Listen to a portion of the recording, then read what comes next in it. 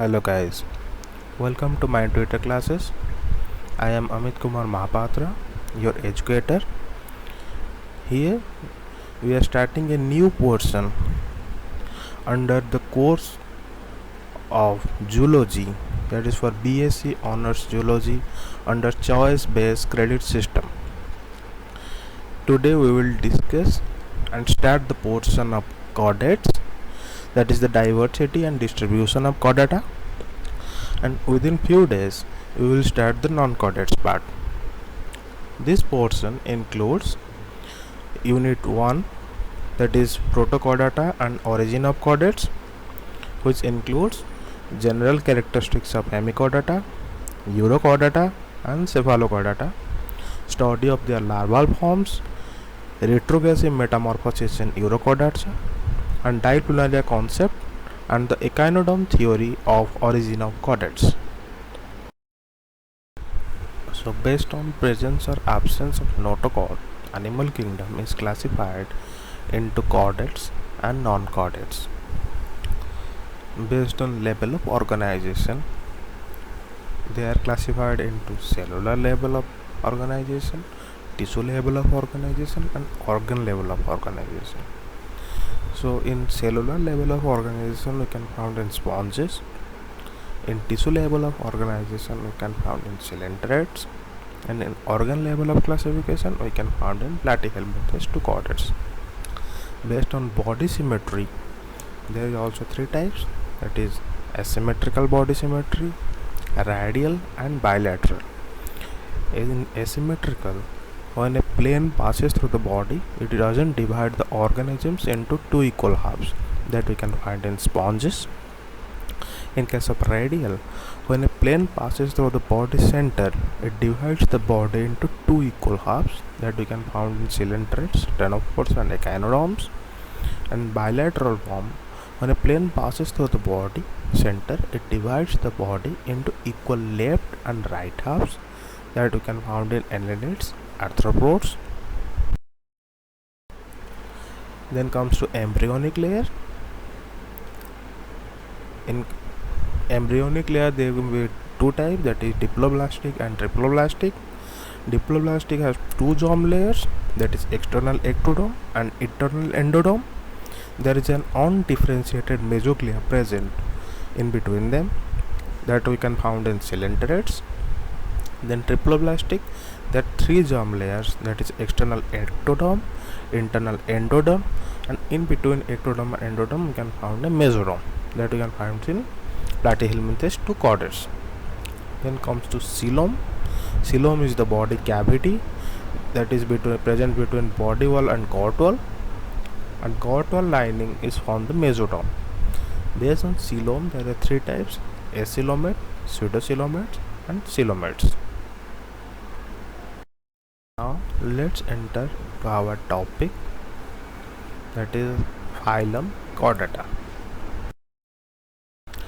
First, introduction to phylum Chordata.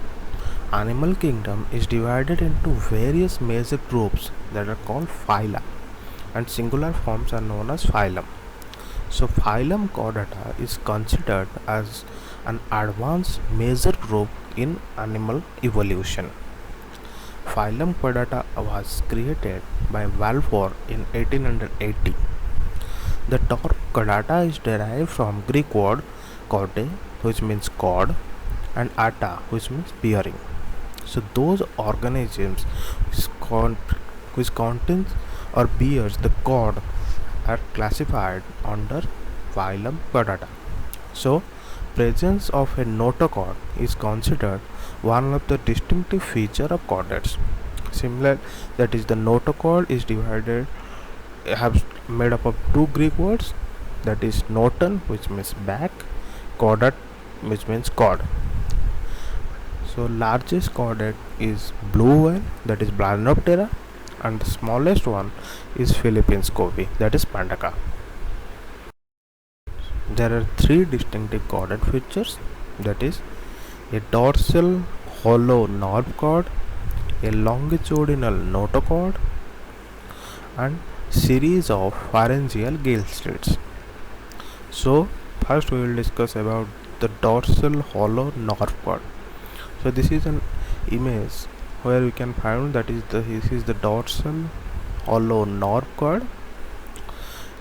As it's known, it is present dorsally, which is hollow in nature,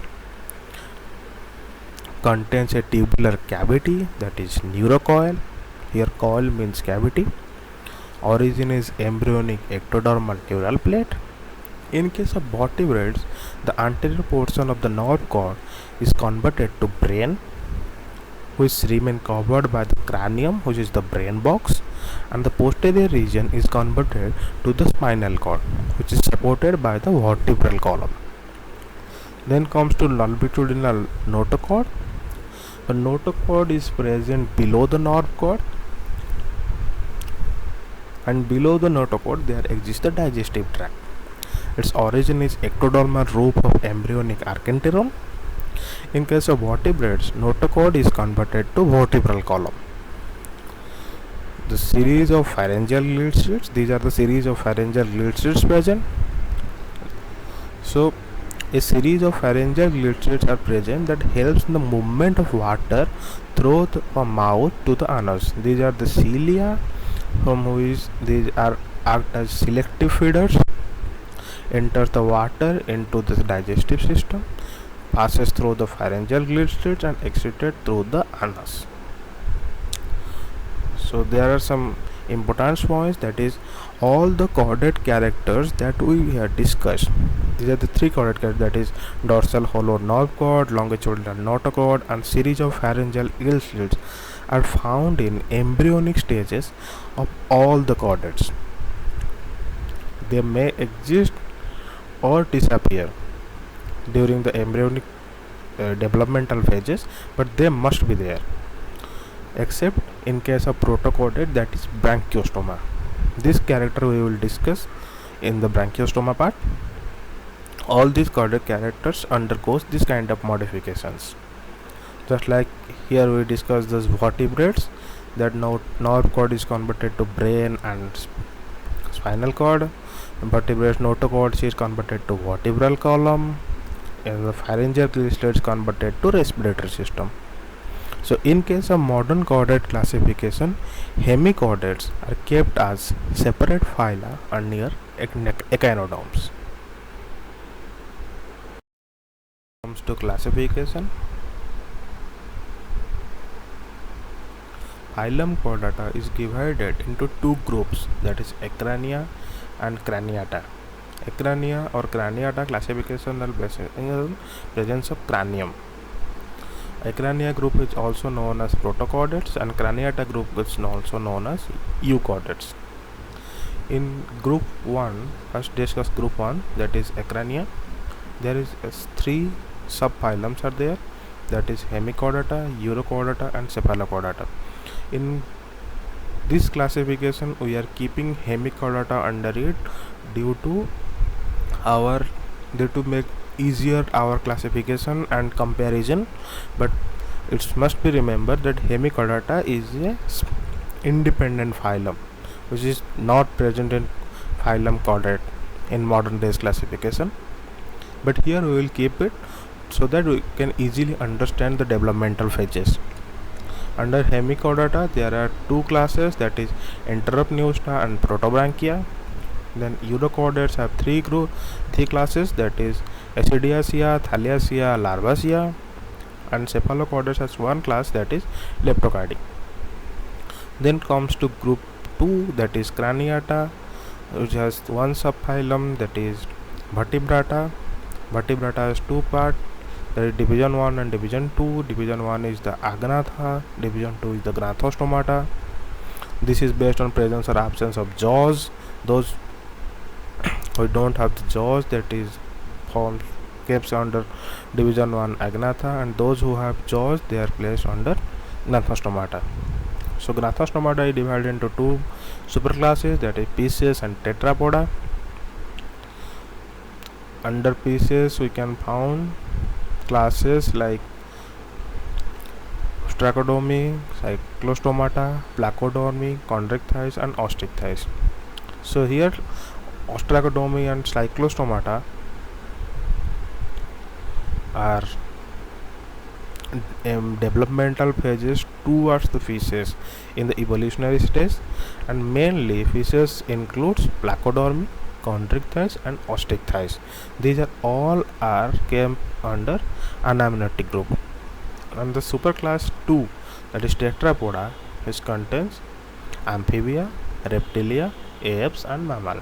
Those are also called as amniota group. So this amniota and anamniota are basically divided due to the presence or absence of amnion.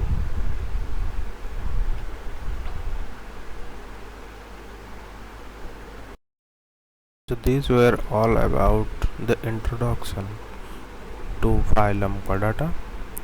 Now towards we will study those general characteristics of hemichordates in the next class. Thank you.